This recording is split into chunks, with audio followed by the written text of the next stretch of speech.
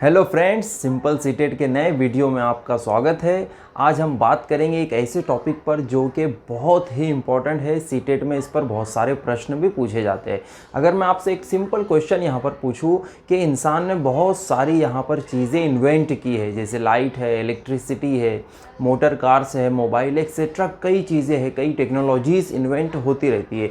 लेकिन अगर मैं आपसे पूछूं कि एक चीज़ ऐसी है या एक सब्जेक्ट ऐसा है जिसे इन्वेंट करने में कई 100 साल या लैक्स ऑफ ईयर्स लग गए हैं और वो अब भी इवॉल्व होता रहता है, तो वो क्या है? तो वो है लैंग्वेजेस। और आज हम पढ़ेंगे इंग्लिश लैंग्वेज एंड पेडागोजी यानी अंग्रेज़ी भाषा और शिक्षा शास्त्र का 9th लेक्चर या 9वां हम टॉपिक कवर करेंगे। इससे पहले हमने 8 वीडियोस हमारे इस चैनल पर डाल चुके हैं, आप चाहे तो उन वीडियोस को भी देख सकते हैं। तो आज हम लैंग्वेज के बारे में बात करेंगे, इंपॉर्टेंस ऑफ लैंग्वेज क्या है वो भी देखेंगे, भाषा की अहमियत या भाषा का महत्व क्या होता है हम इसे समझेंगे, और स्पेशली हम यहाँ पर इंग्लिश की बात करेंगे। लेकिन ये वीडियो मैं एक बार फिर आपको बता दूँ कि सिर्फ इंग्लिश के लिए नहीं, बल्कि दूसरी जो लैंग्वेजेस है, ये सीटेट में आप जो भी विषय की तैयारी कर रहे हो वहाँ पर पेडागोजी में भी आपको हेल्प कर सकता है। और आज हम जो बात करेंगे वो इंग्लिश लैंग्वेज के इम्पोर्टेंस की भी है। इसी तरह से इंग्लिश लैंग्वेज के कुछ प्रिंसिपल्स होते हैं, अगर उन प्रिंसिपल्स को फॉलो करते हुए या उन सिद्धांतों का यूज़ करते हुए, उपयोग करते हुए अगर पढ़ाया जाए तो आपकी टीचिंग और बेहतर हो सकती है, और सीटेट में भी ये बहुत बेहतर आपको मार्क्स दिला सकता है अगर आप प्रिंसिपल को पढ़ लेते हो। तो बहुत सारे प्रिंसिपल्स है, कुछ 10-12 प्रिंसिपल्स है, उनकी बात करेंगे।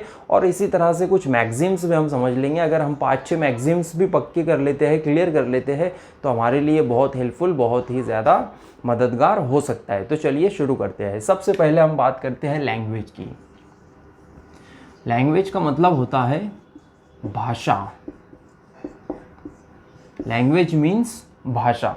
देखिए, language is a medium to express thoughts and feelings. यानी भाषा क्या है? तो भाषा हमारे विचारों का आदान प्रदान करने के लिए यूज़ होने वाला एक माध्यम है, एक मीडियम है। इसे हम माध्यम या फिर मीडियम भी बोल सकते हैं, राइट। लैंग्वेज क्या है? ये किसी एक दिन में या ओवरनाइट या रातों रात बन करके तैयार नहीं हुई है, बल्कि इसे बनने में, इसे इवॉल्व होने में लैक्स ऑफ ईयर्स लग जाते हैं। कई 100 साल इसको बनने में और आगे बढ़ने में लग जाते हैं। जैसा कि आपने सुना भी होगा, ऑक्सफोर्ड डिक्शनरी में हर साल प्रति वर्ष कुछ नए शब्दों को ऐड किया जाता है, कुछ पुराने शब्दों को चेंज भी किया जाता है। हर साल अलग अलग लैंग्वेजेस से अलग अलग शब्दों को इंग्लिश में लिया जाता रहता है। आप चाहे तो ऑक्सफोर्ड की वेबसाइट पर जाकर के इस चीज़ को देख भी सकते हो। तो लैंग्वेजेस, इसका मतलब ये हुआ कि कंटिन्यूअसली इवॉल्व हो रही है, अपडेट होते रहती है, नए नए शब्द इनमें आते रहते हैं। और एक लैंग्वेज का जो इफ़ेक्ट है तो वो दूसरी लैंग्वेज पर भी पड़ता है। एक लैंग्वेज से दूसरी लैंग्वेज में भी शब्द आते और जाते रहते हैं। जैसे सिपाही एक हिंदी ज़बान का, हिंदी भाषा का शब्द है सिपाही, तो उसे ले लिया गया इंग्लिश में और उसे सिपाही कहा जाता है। इसी तरह से नवाब है तो उसको नवाब बोलते हैं। इस तरह के बहुत सारे शब्द आपको देखने को मिलेंगे जो कि एक भाषा से दूसरी भाषा में चले जाते हैं। जंगल एक वर्ड है, जंगल ये हिंदी और उर्दू में भी यूज़ होता है और जंगल हम इंग्लिश में भी यूज़ करते हैं, हालांकि हम उसे वुड भी बोल सकते हैं। तो ऐसे बहुत सारे एग्जाम्पल्स हमारे सामने हैं जिससे हमें ये पता चलता है कि लैंग्वेजेस इवॉल्व होते रहती है। अगर हम ज्योग्राफिक टर्म की बात करें, जिस तरह से सॉइल को बनने में बिलियंस ऑफ ईयर लग जाते हैं, यानी लाखों साल लग जाते हैं, तो इसी तरह से लैंग्वेजेस को भी बनने में, इवॉल्व होने में कई 100 साल, कई सदियाँ, सेंचुरीज लग जाती है, राइट। अब अगर एक क्वेश्चन यहाँ पर बेसिक पूछा जाए कि लैंग्वेज, वो इन्वेंटेड लैंग्वेज, यानी लैंग्वेज को किसने इन्वेंट किया है, तो इसका भी जवाब दे पाना बहुत ही मुश्किल है। This is very tough and hard question. तो इसके बारे में, ये जिस तरह से इंसान, अगर हम बहुत प्री हिस्ट्रिक पीरियड देखते हैं, बहुत ही पहले अगर जाकर के हम देखते हैं, जब मानव हंटर्स और गैदरर्स था, यानी वो शिकार करता था, और वो जिसे हम पत्थर के ज़माना बोलते हैं, स्टोन एज बोलते हैं, तो उस टाइम पे ऐसा गेस किया जाता है, ऐसा बताया जाता है कि इंसान उस वक्त या उस टाइम पर इशारों से, गेस्चर्स की सहायता से, सिग्नल्स से बातें करता था, यानी निशानों से, और कम्युनिकेशन करने के लिए गेस्चर्स का और अलग अलग जो है छोटी मोटी आवाज़ें निकाल करके, स्वर पैदा करके वो वहाँ पर बात कर लेता था। अपना जो भी फीलिंग्स है, नीड्स है, उनको एक्सप्रेस वो कर पाता था उस टाइम पर। लैंग्वेज के बारे में एक इंटरेस्टिंग फैक्ट आपको बता दूं कि हमारे जो इंडस वैली सिविलाइजेशन का हमें पता चला है, तो उसमें जो उनकी राइटिंग हमको देखने को मिलती है, उसके अंदर जो भी सिंबल्स है, तो आज तक उन्हें डेसिफर नहीं किया गया है, यानी कि आज तक उन्हें पढ़ा नहीं जा सका है, जबकि उसको बहुत ज़्यादा टाइम हो गया है। जब हमारे यहाँ पर रेलवे लाइन बिछाई जा रही थी इंडिया में, ब्रिटिश पीरियड की ये बात है, तो उस टाइम पर इंडस वैली सिविलाइजेशन के बारे में पहली बार पता चला था, और फिर खुदाई हुई और बहुत सारी जगह पर मालूम पड़ा कि यार यहाँ पर तो 5-6 हज़ार साल पुरानी जो है सिविलाइजेशन बसती थी, जिसे हम मोहनजोदाड़ो, हड़प्पा कहते हैं, राइट। तो वो सारी चीज़ें, लेकिन आज तक उनकी भी जो लैंग्वेज है उसको डेसिफर नहीं किया जा सका है, या उसे हम आज तक पढ़ने में असमर्थ है। तो ये एक हिस्टोरिकल बात मैंने आपको एक्स्ट्रा बता दी नॉलेज के लिए।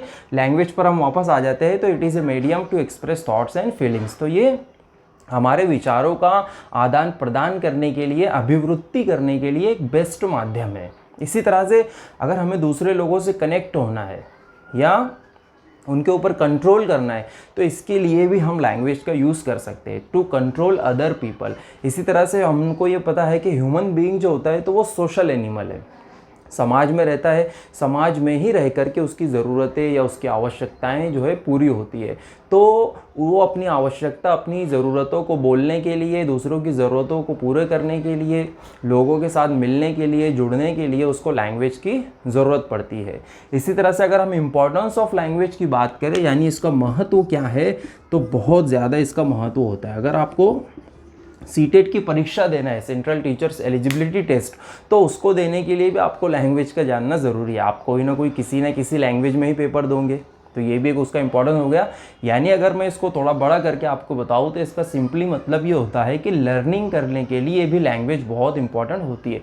चाहे आप कोई भी विषय पढ़िए, कोई भी डिग्री ले लीजिए, कुछ भी कोर्स आप करिए, ऑनलाइन करिए, ऑफलाइन करिए, जहाँ भी आपको जैसे पढ़ना है पढ़िए, लर्निंग करने के लिए लैंग्वेज बहुत ज़्यादा इंपॉर्टेंट है। इसी तरह से दूसरों को समझने के लिए, अंडरस्टैंडिंग करने के लिए, कम्युनिकेशन करने के लिए भी लैंग्वेज बहुत ही इंपॉर्टेंट होती है। इंटरटेनमेंट के लिए भी लैंग्वेज ज़रूरी है। आप कोई भी फिल्म, कोई भी मूवी आप देख लीजिए, या कोई वीडियो एटलीस्ट आप देख लीजिए, तो उसको समझने के लिए भी वहाँ पर जो है लैंग्वेज का आना, लैंग्वेज का समझना बहुत ज़रूरी है। तो लैंग्वेज जो है बहुत इंपॉर्टेंट होती है। अगर हम स्पेसिफिकली इंग्लिश लैंग्वेज की बात करें, तो English is a window to the world, ऐसा कहा जाता है कि इंग्लिश जो है हमारी पूरा जो विश्व है, पूरी जो दुनिया है, तो उससे जुड़ने के लिए, उसे देखने के लिए एक विंडो है, एक खिड़की है, यानी उसमें झांक करके हम पूरे विश्व को, पूरी दुनिया को समझ सकते हैं। इंटरनेशनल लैंग्वेज इसे कंसीडर किया जाता है। हालांकि इंडिया में इसे थर्ड और सेकंड लैंग्वेज के तौर पर पढ़ाया जाता है, सेकंड या थर्ड लैंग्वेज, द्वितीय तृतीय भाषा, लेकिन इसका इम्पोर्टेंस जो है वो कम नहीं होता है। नेशनल पॉलिसी ऑफ एजुकेशन 1986 में इसे थर्ड लैंग्वेज का दर्जा दिया गया था, यानी कि फर्स्ट लैंग्वेज हम जो भी हमारी मदर टंग है उसे पढ़ेंगे,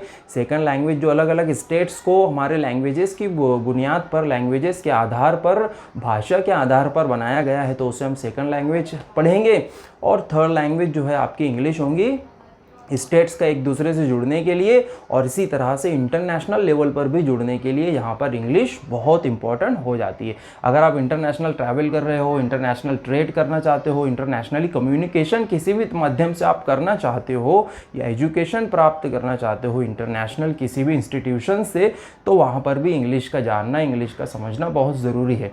हमारे यहाँ पर सारी यूनिवर्सिटीज़ को जिसके अंडर में काम करती है उसे हम यूजीसी कहते हैं। यूजीसी का मतलब होता है यूनिवर्सिटी ग्रांट्स कमीशन।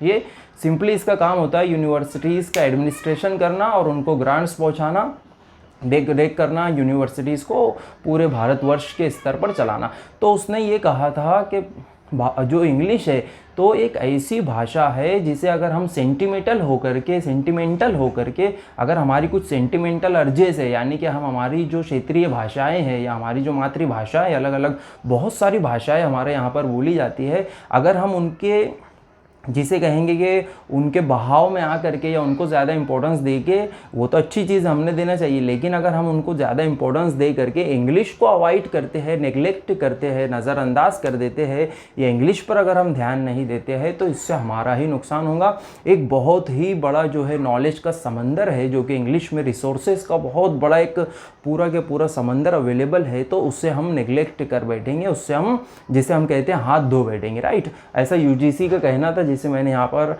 अपने शब्दों में थोड़ा इंटरप्रेट किया हूँ। यानी कि इसका सिंपली ये अर्थ होता है कि भैया इंग्लिश को आप जो है नेग्लेक्ट नहीं कर सकते हो, बहुत ही ये इंपॉर्टेंट लैंग्वेज है।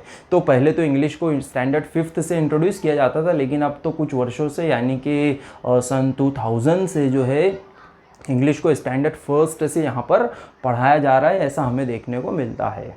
अगर मैं मेरे स्टेट महाराष्ट्र की बात करूँ तो यहाँ पर तो अब स्टैंडर्ड 1st से इंग्लिश को पढ़ाया जा रहा है। तो इसी तरह से पूरे भारतवर्ष में भी इंग्लिश का इम्पोर्टेंस जो है वो बढ़ता ही जा रहा है, अगर हम देखें तो ये हुई इंग्लिश की बातें। हमने जनरली लैंग्वेज को समझा है, इसी तरह से लैंग्वेज क्या है थोड़ा शॉर्ट में हमने वो समझा है, इंग्लिश का इम्पोर्टेंस क्या है वो भी हमने यहाँ पर जानने की कोशिश करी है।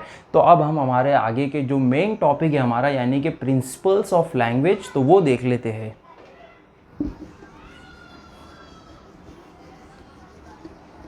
प्रिंसिपल्स ऑफ लैंग्वेज ये ऐसी चीज़ है जो कि यहाँ पर इस टॉपिक में या इस विषय में हमें कुछ 10-12 जो है प्रिंसिपल्स पढ़ने को मिलेंगे, लेकिन अगर आप एक बार इन प्रिंसिपल्स को पढ़ लेते हो, 10-12 जो प्रिंसिपल्स है, तो ये प्रिंसिपल्स आपको सारे के सारे सीटेट के पेपर में काम दे सकते हैं, ठीक है।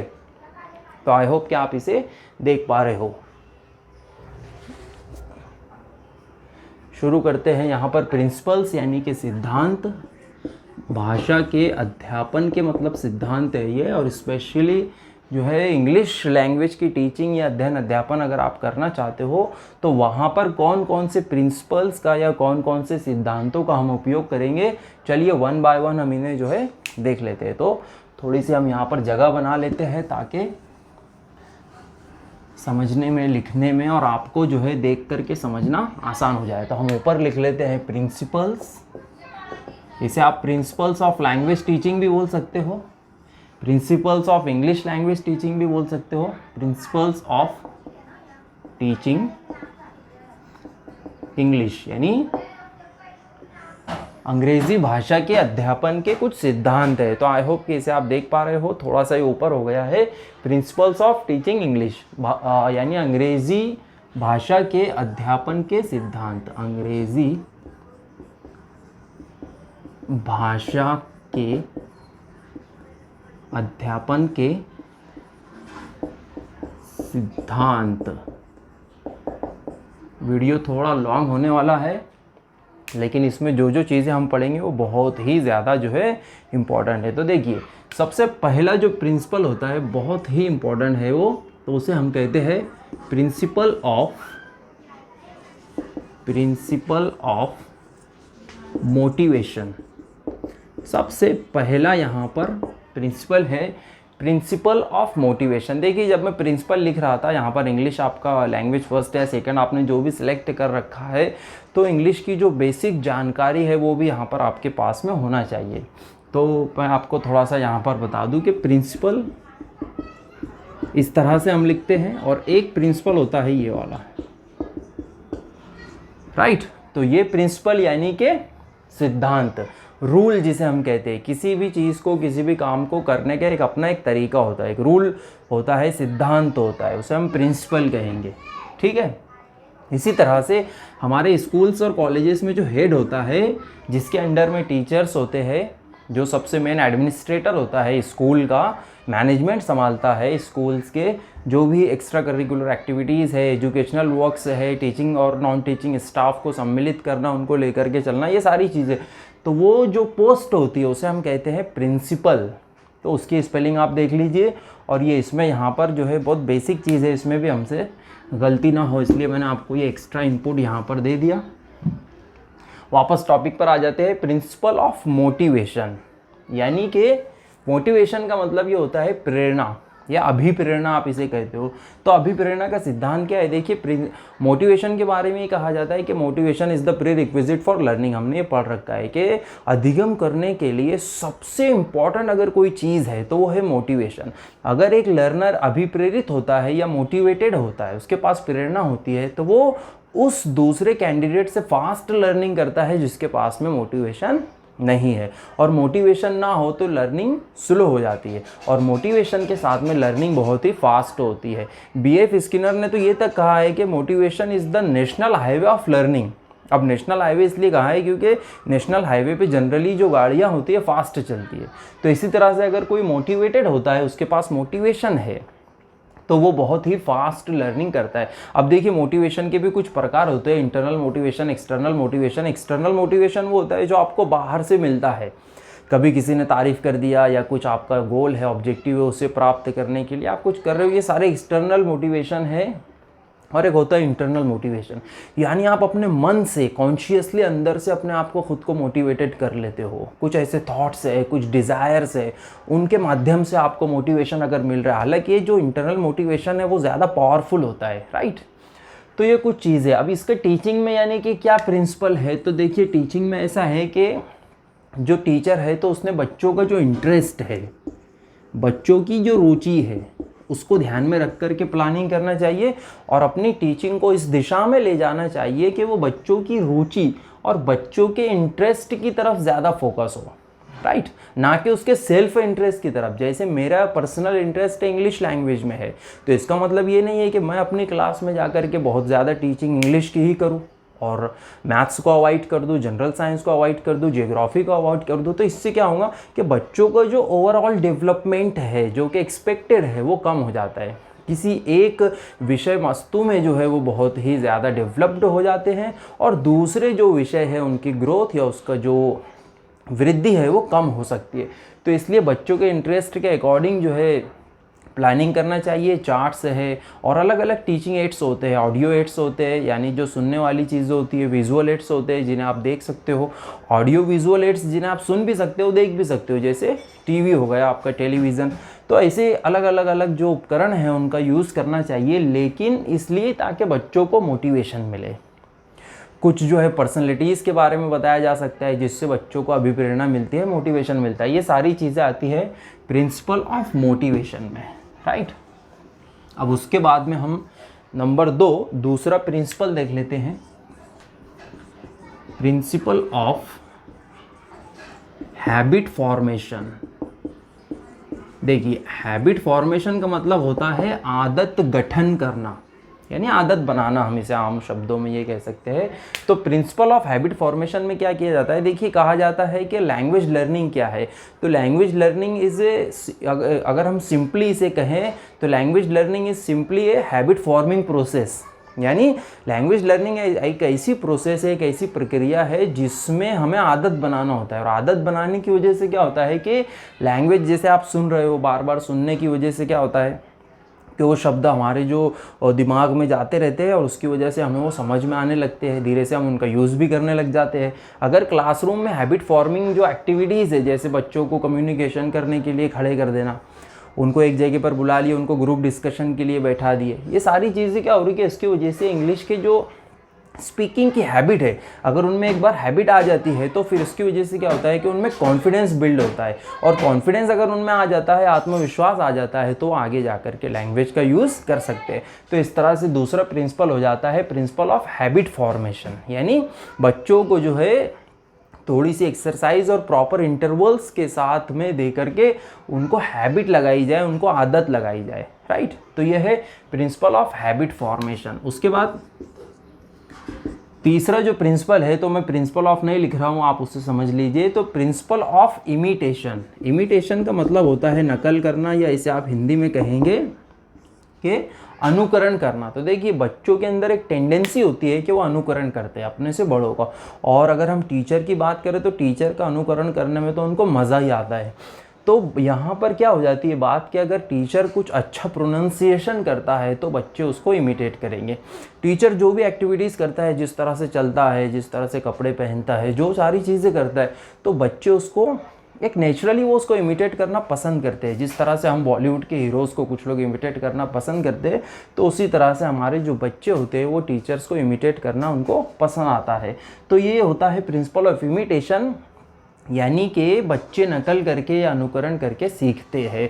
तो इसीलिए टीचर ने एक अच्छे मॉडल की तरह उनके सामने पेश आना चाहिए। मॉडल का मतलब ये नहीं कि वो खूब अच्छे अच्छे कपड़े, परफ्यूम, डिओ वगैरह मार के आ जाए, ऐसा नहीं, बल्कि इसका मतलब ये है कि उसका प्रोनाउंसिएशन ठीक होना चाहिए, उसकी अपनी हैंडराइटिंग अच्छे से अच्छी होना चाहिए, जो उसका प्रेजेंटेशन है वो बेटर होना चाहिए, ताकि बच्चे जब उसको इमिटेट करने लगे तो वो अच्छी चीज़ों की कॉपी करें, ना कि वो खुद अगर गलत बोल रहा है तो फिर बच्चे भी जो है गलत इमिटेशन उसका करने लगेंगे, कॉपी उसकी गलत हो जाएंगी। इस तरह से गलत बातें पब्लिसाइज हो जाएंगी, उनकी पब्लिसिटी होने लगेंगी, राइट। तो यह है प्रिंसिपल ऑफ इमिटेशन। अब हम आगे बढ़ते हैं। अभी तक हमने जो देखा है principle of motivation, principle of habit formation और प्रिंसिपल ऑफ इमिटेशन। अब उसके बाद में जो चौथे नंबर पर हम देखने वाले हैं वो principle of exposure to language. Exposure to language, या स्पेसिफिकली अगर हम देखें तो टारगेट लैंग्वेज। टारगेट लैंग्वेज का मतलब होता है इंग्लिश भाषा। जो भाषा आप सिखाना चाहते हो, जो भाषा एक्सपेक्टेड है कि बच्चों को, लर्नर को वो सिखाई जाए, तो उसे हम टारगेट लैंग्वेज कहते हैं। तो उसका एक्सपोजर हो, यानी कि एक ऐसा इन्वायरमेंट हो जो चाइल्ड फ्रेंडली इन्वायरमेंट हो, और जो लैंग्वेज आप सिखा रहे हो तो उसको सीखने सिखाने का इन्वायरमेंट वहाँ पर होना चाहिए। तो उसे हम कहेंगे कि एक्सपोजर टू लैंग्वेज। यानी जैसे अगर क्लासरूम की हम बात करें तो टीचर ने वहाँ पर खुद उस लैंग्वेज को यूज़ करना चाहिए। अगर वो खुद इंग्लिश बोल रहा है तो बच्चों के अंदर एक मोटिवेशन तो होता है इंग्लिश बोलने के लिए, इमिटेशन भी करते हैं, अनुकरण भी करते हैं, और इससे उनको एक अपॉर्चुनिटीज़ मिलती है कि यार टीचर इंग्लिश बोल रहा है, चलो हम भी इंग्लिश बोलने की कोशिश करते हैं, प्रयास करते हैं। फिर वो एक दूसरे से भी इंग्लिश वर्ड्स के अंदर कुछ थोड़ी बहुत कम्युनिकेशन करेंगे। इस तरह से इंग्लिश को भी बढ़ावा मिलता है और एक एक्सपोजर मिलता है, बच्चों को एक चांस या अपॉर्चुनिटी मिलता है इंग्लिश को यूज़ करने का, राइट। उसके बाद में एक होता है principle of use of mother tongue, right. Use of mother tongue. अब इसमें जैसा कि लिखा हुआ है बहुत इजी, आप इसे समझ गए होंगे, यानी मातृभाषा जो आपकी होती है, यहाँ पर स्पेस आना चाहिए। तो जो मातृभाषा होती है या उसकी जो मदर टंग होती है उसको भी थोड़ा बहुत यूज़ करना चाहिए। हालांकि कुछ साइकोलॉजिस्ट का कहना ये है कि मदर टंग का यूज़ नहीं किया जाना चाहिए, स्पेशली अगर आप जो है इंटरनेशनल लैंग्वेज सिखा रहे हो या इंग्लिश अगर आप पढ़ा रहे हो और उस टाइम पे अगर आप मदर टंग का यूज़ करते हो, तो अगर देखिए यहाँ पर बैलेंस वाली बात आ जाती है, संतुलन वाली बात यहाँ पर आ जाती है। यानी अगर आप मदर टंग का यूज़ बढ़ा देंगे तो उससे क्या होगा कि बच्चों का जो ध्यान है वो इंग्लिश की तरफ से हट करके मदर टंग, मातृभाषा की तरफ लग जाएगा। तो यहाँ पर बैलेंस होना बहुत ज़रूरी है कि आपका जो मदर टंग की तरफ रुझान है वो सिर्फ इसलिए है क्योंकि अभी बच्चे नए हैं, उनके लिए इंग्लिश एक नई लैंग्वेज है और वो ऑलरेडी उनके पास जो प्रीवियस नॉलेज है तो वो उनकी मातृभाषा का, नेटिव लैंग्वेज का, वर्नाक्यूलर का, फर्स्ट लैंग्वेज का, जो भी आप उसे बोलिए, तो वो उनके पास में ऑलरेडी प्रेजेंट है और आपको उनको इंग्लिश की तरफ लाना है। तो इसीलिए कहा जाता है कि प्रीवियस नॉलेज जो होता है वो आधार या बेस होता है न्यू नॉलेज के लिए। तो उनके पास प्रीवियस नॉलेज क्या है, यानी प्रीवियस लैंग्वेज क्या है, तो वो फर्स्ट लैंग्वेज है या मदर टंग है। तो आपको उसको थोड़ा थोड़ा यूज़ करना है, उसके साथ में इंग्लिश को इंट्रोड्यूस करना है और सिंपल और ग्रेडेड मैनर में आपको फिर मदर टंग का यूज़ कम करना चाहिए, राइट। तो ये होता है यूज़ ऑफ मदर टंग, ये है। उसके बाद आगे बढ़ते हैं। यूज़ ऑफ मदर टंग हमने देख लिया है। इसके बाद में जो एक प्रिंसिपल होता है तो वो होता है चाइल्ड सेंटर्ड अप्रोच, जिसे मैं इसे यहाँ पर CCE लिख रहा हूँ। एजुकेशन का ई है वो, चाइल्ड सेंटर्ड एजुकेशन। देखिए अगर आप नेशनल पॉलिसी ऑफ एजुकेशन उठा करके देखते हो 1986 की, नेशनल पॉलिसी ऑफ एजुकेशन 1986, तो ये डायरेक्ट यही बोल रहा है, इसमें ये कहा जा रहा है कि हमें चाइल्ड सेंटर्ड एजुकेशन चाहिए, हम कंस्ट्रक्टिविस्ट अप्रोच को फॉलो करना चाहते हैं। यानी कि बच्चा जो है वो ज्ञान का सृजन कर सकता है। बच्चे को आप कम मत समझिए, चाहे वो एलिमेंट्री लेवल का बच्चा हो, लेकिन वो खुद से नॉलेज को कंस्ट्रक्ट कर सकता है, बिल्ड कर सकता है। ऐसा यहाँ पर NPE के अंदर सुझाव दिया गया है और फिर उसे रेगुलेट किया गया है, फॉर्मुलेट किए गए, उस तरह से कुछ बातें हैं, पॉलिसी बनाई गई है। तो यहाँ पर हमें जो प्रिंसिपल समझना है वो ये है कि चाइल्ड सेंटर्ड अप्रोच होना चाहिए, चाइल्ड फ्रेंडली इन्वायरमेंट क्लास में प्रोवाइड किया जाना चाहिए। इससे क्या होता है कि जब बच्चों को खुद से करने का मौका मिलता है या उनको चांस मिलता है, अवसर प्राप्त होता है, तो फिर बच्चों में एक इंटरेस्ट जागृत होता है और जब उनमें इंटरेस्ट पैदा हो जाए तो आप उन्हें आगे इंग्लिश टीचिंग में बढ़ा सकते हो। तो एक चाइल्ड सेंटर्ड अप्रोच का एक तरीका होता है। फिर उसके बाद में ये होता है कि बच्चों को जो आप पढ़ा रहे हो, चाइल्ड सेंटर्ड तो हो गया, फिर उसके बाद में को रिलेशन विथ लाइफ, एक को relation with life. Correlation with life यानी कि क्या, उसका जो जीवन है उससे जोड़ करके आप उसे पढ़ाइए। आप जो भी उसको पढ़ा रहे हो, इंग्लिश अगर आप पढ़ा रहे हो या कोई दूसरा विषय भी अगर आप पढ़ा रहे हो, वहाँ पर भी ये प्रिंसिपल वर्क करता है। तो उसको आपको बच्चे की जो नैतिक उसका जो जीवन है, उसका दैनंदिन जो जीवन काल है, उसके साथ में आपको जोड़ करके पढ़ाना है। और यहाँ पर मैं आपको ये ज़रूर बताना चाहूँगा कि NCF 2005 जो है, नेशनल करिकुलम फ्रेमवर्क 2005, वो भी इसी बात पर फोकस करता है, इसी बात पर जोर देता है कि बच्चों का जो जीवन है, बच्चे जो कुछ भी क्लासरूम में पढ़ रहे हैं, what ever is taught in the classroom should be connected, should be well connected with the outside world of the children. यानी बच्चों को क्लासरूम में, कक्षा में आप जो भी पढ़ा रहे हो, अध्ययन अध्यापन कर रहे हो, तो उसको बच्चों के आउटसाइड वर्ल्ड के साथ में, बाहर की दुनिया के साथ में कनेक्ट करके पढ़ाना चाहिए। तो ये जो प्रिंसिपल ऑफ लैंग्वेज टीचिंग है, को रिलेशन विथ लाइफ, ये भी इसी बात पर फोकस करता है। को रिलेशन विथ लाइफ हो गया। फिर उसके बाद में एक चीज़ आ जाती है कि आपको यहाँ पर जो है चाइल्ड सेंटर्ड एजुकेशन हो गया, को रिलेशन विथ लाइफ हो गया। एक बार हम यहाँ पर फास्ट रिवीजन कर लेते हैं, हमने क्या क्या पढ़ा है। तो सबसे पहले हमने प्रिंसिपल ऑफ मोटिवेशन देखा है, अभिप्रेरणा का सिद्धांत देखा है, प्रिंसिपल ऑफ इमिटेशन देखा है, हैबिट फॉर्मेशन यहाँ पर देख लिया, आदत गठन क्या है वो है, एक्सपोजर ऑफ इंग्लिश लैंग्वेज वो हमने देखा है। फिर उसके बाद में हमने ये देखा है कि उसको मातृभाषा यानी कि मदर टंग का यूज़ करते आना चाहिए और उसको एक ग्रेडेड मैनर में हमें धीरे धीरे कम करना है। फिर उसके बाद हमने ये देखा है चाइल्ड सेंटर्ड एजुकेशन क्या है, और ये भी एक प्रिंसिपल है कि बच्चे को सेंटर मान करके, केंद्र मान करके किस तरह से एजुकेशन को आगे बढ़ाया जाए। फिर उसके बाद हमने देखा है को रिलेशन विथ लाइफ, राइट। फिर इसी तरह से एक प्रिंसिपल होता है principle of selection and gradation. Selection and gradation, इसमें क्या होता है कि आपको सिलेक्शन जो करना है, सिलेक्ट जो करना है टॉपिक्स को, और उनको जो ग्रेड देना है, तो बच्चों की क्षमताओं के या कैपेबिलिटीज़ के अकॉर्डिंग आपको सिलेक्ट करना चाहिए। छोटे बच्चे अगर आपके है एलिमेंट्री, लोअर प्राइमरी क्लासेस में अगर आप पढ़ा रहे हो, तो उनके अकॉर्डिंग, उनकी जो मानसिक क्षमता है, उनकी जो मेंटल कैपेसिटी है, उसके अकॉर्डिंग आपको सिलेक्शन करना चाहिए टॉपिक्स का जो आप उन्हें पढ़ाने चाह रहे हो। तो यहाँ पर जो हम आगे भी पढ़ने वाले हैं, सिंपल टू कॉम्प्लेक्स आपको जाना है, नोन टू अननोन आपको जाना है। जो चीज़ बच्चे को पता है पहले वो उसे बताइए, फिर उसके बाद उसे नई चीज़ की तरफ, नए ज्ञान की तरफ लेकर जाइए। सिंपल चीज़ें पहले उसे समझाइए, सादा चीज़ें, फिर कॉम्प्लेक्स चीज़ें उसको बाद में आप समझा सकते हो। पहले आपको उसे कॉन्क्रीट चीज़ें बताना है, फिर उसके बाद में आप एब्स्ट्रैक्ट चीज़ों की तरफ आप उसे लेकर जा सकते हो। तो ये हुआ सिलेक्शन एंड ग्रेडेशन, राइट। इसके बाद में देखिए हमने यहाँ पर बातों में 8 प्रिंसिपल्स कंप्लीट कर लिए हैं। जितना मैं आपको यहाँ पर बता रहा हूँ ये क्रक्स है, ये पूरा निचोड़ है किताबों को पढ़ने के बाद में। तो सिर्फ इतना भी आप कर लेते हो तो सीटेट के लिए बहुत है, मोर देन इनफ है, राइट। तो हमने यहाँ पर 8 चीज़ें देखी है। उसके बाद में एक प्रिंसिपल है जिसे हम कहते हैं, ये P यानी कि principle of, right, ratio and series. Ratio and series, देखिए जिस तरह से हमारे यहाँ पर कुछ खाना पकाया जाता है, या एटलीस्ट हम सिर्फ चाय की बात कर ले, चाय बनाई जाती है, इसे आपको इसकी वजह से क्या होगा, इस एग्जाम्पल की वजह से रेशो एंड सीरीज़ का जो प्रिंसिपल है वो आपको हमेशा याद रहेगा। तो इसमें हमको क्या करना होता है, 3-4 चीज़ें डालनी होती है, पानी है, दूध है, शक्कर है ना, और चाय की जो पत्ती होती है, ड्राई लीव्स जो होते हैं, वो आपको डालना होते हैं। तो उनका जो रेशो है वो कितना है, उनका अनुपात आप इसे कहेंगे कि उसका जो अनुपात है, उसका जो, वो बिल्कुल बैलेंस में होना चाहिए। अगर कोई एक चीज़ कम हो गई, एक चीज़ ज़्यादा होगी, तो जो भी आप बना रहे हो, जैसे टी बना रहे हो या कोई फूड अगर आप प्रिपेयर कर रहे हो, कोई डिश आप बना रहे हो, तो उसमें अगर कोई एक चीज़ ज़्यादा हो गई, मान लो शक्कर इसमें ज़्यादा होगी तो फिर वो मीठी हो जाएंगी, शक्कर कम हो गई तो फीकी हो जाएंगी, राइट।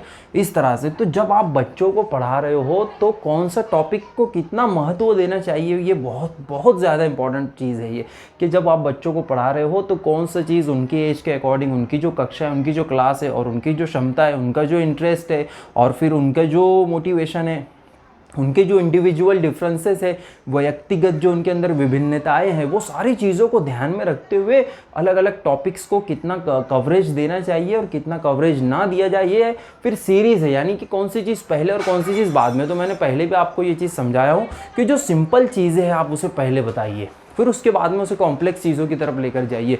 पहले आप उसे कॉन्क्रीट चीज़ें बताइए, कॉन्क्रीट चीज़ें जिन्हें वो टच और फील कर सकता है, फिर उसके बाद आप उन्हें एब्स्ट्रैक्ट चीज़ों की तरफ लेकर जाइए। तो ये होता है। फिर इसी तरह से अगर सीरीज़ की हम बात करें तो मैं आपको लैंग्वेज के बारे में एक बेसिक चीज़ बता दूंगा कि कोई भी लैंग्वेज हो तो उसके अंदर कुछ बेसिक स्किल्स होती है, जिसे आप LSRW यानी listening, speaking, reading and writing बोलते हो, यानी सुनना, बोलना, पढ़ना और लिखना। तो बच्चा इसी सीक्वेंस में लैंग्वेज को अडॉप्ट करता है या सीखता है, सॉरी बल्कि ये कहेंगे।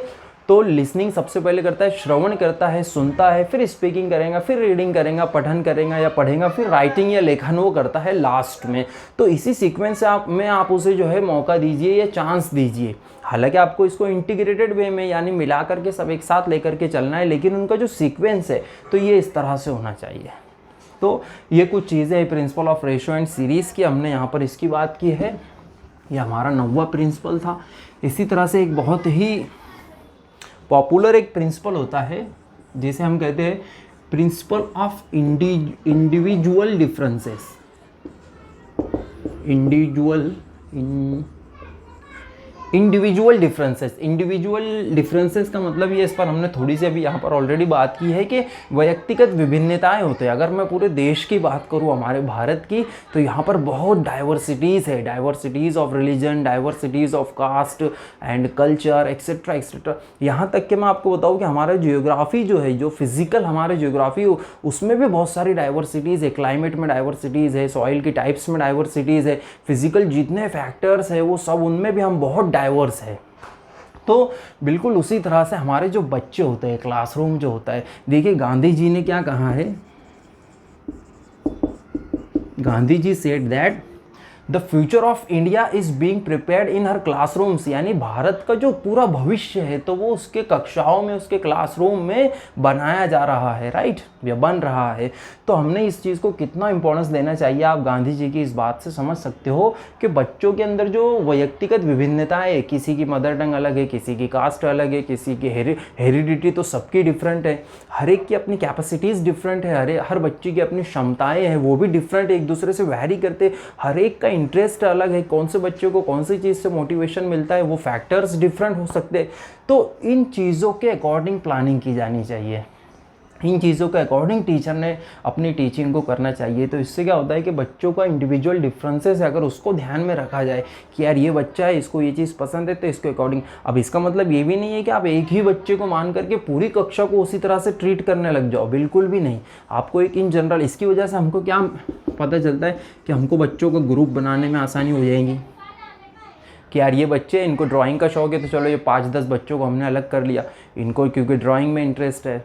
ये कुछ बच्चे तो इनको खेलने में ज़्यादा मज़ा आता है तो आप उनका एक क्लब बना लिया, उनका जो है अलग क्लब बना लिया, इनका लैंग्वेज क्लब बना लिया। इस तरह से अलग अलग चीज़ों को हम यहाँ पर इंडिविजुअल डिफरेंसेस के बेस पर यहाँ पर सिलेक्शन कर सकते हैं, राइट। ये हुई इंडिविजुअल डिफरेंस की बात, ये भी एक प्रिंसिपल है। इसी तरह से एक प्रिंसिपल होता है प्रिंसिपल ऑफ एक्सरसाइज, या आप इसे प्रैक्टिस एंड ड्रिल भी कह सकते हो, प्रैक्टिस एंड ड्रिल, राइट।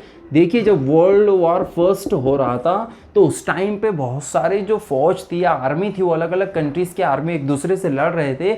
एक कंट्री की आर्मी दूसरी कंट्रीज़ में जाती थी और वहाँ पर फिर वो बहुत ज़्यादा टाइम तक रुकते थे, रहते थे, स्टे करते थे। तो वहाँ पर सबसे पहले प्रैक्टिस एंड ड्रिल का यूज़ किया गया आर्मी के द्वारा। वर्ल्ड वॉर फर्स्ट में, विश्व युद्ध प्रथम में प्रैक्टिस एंड ड्रिल मेथड का यूज़ किया गया। इसकी वजह से क्या होता है, देखिए जब आप प्रॉपर इंटरवल्स के साथ में किसी चीज़ को रिपीट करते हो बार बार, तो वो आपको बिल्कुल याद हो जाती है, जिसको हम कहेंगे। तो लैंग्वेज में भी प्रैक्टिस और ड्रिल जो है या एक्सरसाइज बहुत इंपॉर्टेंट होती है। अगर आप बच्चों को बार बार प्रैक्टिस करवाते हो तो उसकी वजह से वो चीज़ें उनको याद हो जाती है। लेकिन मैं आपको एक चीज़ यहाँ पर ज़रूर बताना चाहूँगा सीटेट के कॉन्टेक्स्ट में। देखिए सीटेट में मेमोराइजेशन पर रोट लर्निंग पर बिल्कुल भी फोकस नहीं दिया जाता है। एक चीज़, बच्चों को कोई चीज़ बार बार करवाई जाए, उनको याद करवाया जाए, उनको रटने के लिए कहा जाए, उनको रोट लर्निंग की तरफ उकसाया जाए, अगर ऑप्शन में आपको ऐसा कुछ भी देखने मिलता है तो वो सीटेट में होता है गलत, क्योंकि हम बाल केंद्रित शिक्षा की यानी चाइल्ड सेंटर्ड एजुकेशन को लेकर चल रहे हैं। हमें बच्चे को रटने वाला रट्टू तोता नहीं बनाना है, बल्कि समझने वाला उसे बनाना है। हमें सिर्फ एक टीचर को सिर्फ फैसिलिटेटर का रोल प्ले करना है। तो ये चीज़ें यहाँ पर टॉपिक से रिलेटेड थी, इसलिए मैंने बता दिया। लेकिन लैंग्वेज लर्निंग में हम प्रैक्टिस एंड ड्रिल का यूज़ कर सकते हैं। जैसे कोई नया शब्द है, मान लो, अब वो नया शब्द इंग्लिश का कोई भी एक शब्द है, जैसे ये प्रैक्टिस, यही वर्ड हम ले लेते हैं। अब प्रैक्टिस उसको कब समझ में आएगा, जब पहली बार उसने सुना है। अब वो अपने घर पर तो ये शब्द सुनने वाला नहीं है जा कर के, अगर उसका बैकग्राउंड अलग है, उसकी मातृभाषा या फर्स्ट लैंग्वेज अलग है, नेटिव भाषा जो है उसकी डिफरेंट है, तो हमें क्या करना है कि उसको बोलना है कि भैया ये प्रैक्टिस वर्ड है, इसे तुम पढ़ो, बल्कि इसे तुम तोड़ तोड़ कर पढ़ो। प्रै, फिर ये क, फिर ये टी और ये सो, प्रैक्टिस, इस तरह से। तो जब ऐसे बार बार उसकी वो एक्सरसाइज करेंगे, यानी कि ड्रिल करेंगे, तो उससे उसको प्रभुत्व आ जाता है उस चीज़ पर, और फिर वो उस शब्द का प्रोनाउंसिएशन सीख जाता है। तो इस तरह से लैंग्वेज लर्निंग में एक्सरसाइज भी बहुत ही इंपॉर्टेंट रोल प्ले करती है। तो बहुत सारे जो रूल्स थे, जो प्रिंसिपल्स थे लैंग्वेज लर्निंग एंड टीचिंग के, भाषा के अध्ययन अध्यापन के, और स्पेशली इंग्लिश के, तो हमने यहाँ पर उनको डिस्कस कर लिया है। आई होप कि आपको ये वीडियो पसंद आया है। हमने ये वीडियो काफ़ी लंबा हो गया है, लेकिन यार डिज़र्व करता है यार ये, मतलब इस वीडियो को आपने देख लिया है तो सीटेट में प्रिंसिपल्स के ऊपर अगर कोई भी क्वेश्चन अगर पूछा जाएगा तो you can easily solve that question, right. अब जो हमने आज पढ़ा है तो इसका मैं शॉर्ट में नोट्स बना करके PDF बनाकर टेलीग्राम ग्रुप पर भी डालने की कोशिश करूँगा। तो हमने यहाँ पर एक टेलीग्राम ग्रुप भी बनाया है आपकी सहायता के लिए। तो आपको सिंपली t.me इस तरह से सर्च करना है, यानी टेलीग्राम का ये लिंक है। तो टेलीग्राम पर आप अगर सर्च करते हो सिंपल, एस कैपिटल है इसका, सीटेट, सिंपल सीटेट, तो ये अगर आप सर्च कर लेते हो तो यहाँ पर आपको हम जो कुछ भी मैं बनाता हूँ, थोड़ी बहुत कोशिश रहती है यार कि सीटेट आपका क्वालिफाई हो जाए, और उसमें थोड़ा सा मेरे तरफ से कुछ कोशिश हो जाए। तो अगर आप PDF डाउनलोड करना चाहे, नोट्स है, कुछ क्वेश्चंस है, जो भी इंपॉर्टेंट चीज़ें होती है मैं डालने की कोशिश करता हूँ, तो आप इस लिंक को क्लिक करके या सर्च करके आपको ज्वाइन करना है ग्रुप, वहाँ पर आपको ये सारी चीज़ें मिल जाएंगी। Thanks for watching this video, have a nice day.